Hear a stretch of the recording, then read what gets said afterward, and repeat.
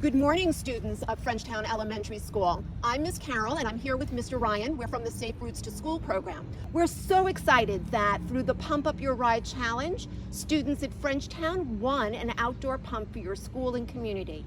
We're here today to take you through step-by-step directions on how to pump the tires and use the bicycle pump so that you have plenty of air in your bicycle tires. Okay, first step is to identify the type of valve you have on your bike.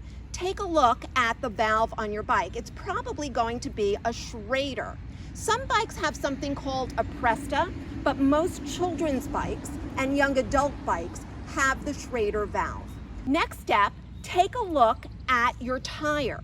Somewhere on the tire, you will see that it states very clearly that you have a certain range of amount of air, or PSI, pressure per square inch, of air that needs to go into your tire.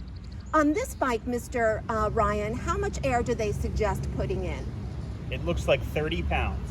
Is that the minimum or the maximum? That's the minimum. Okay, and what's the maximum? 40 pounds. Okay, so somewhere between 30 and 40 pounds. That means when you're pumping the air, you don't want to go below 30, and you don't want to go above 40.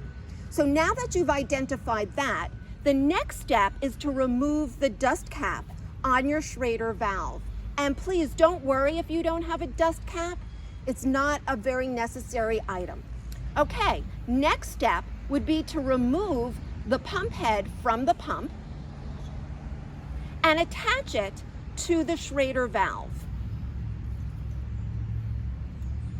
And you'll see Mr. Ryan is holding the tire too. That just helps to support the valve.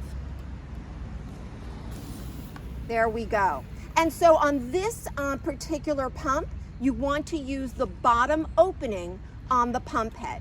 And then Mr. Ryan locked the pump head to the bike itself, to the wheel, and to the tire by lifting up the lever. Now, very slowly and carefully and with two hands, Mr. Ryan is going to start pumping. He is also looking at the gauge. Maybe you can take a moment and point to the gauge right there. That allows you to see how much air you're putting in. And remember, for this bike, we don't want any less than 30 and no more than 40.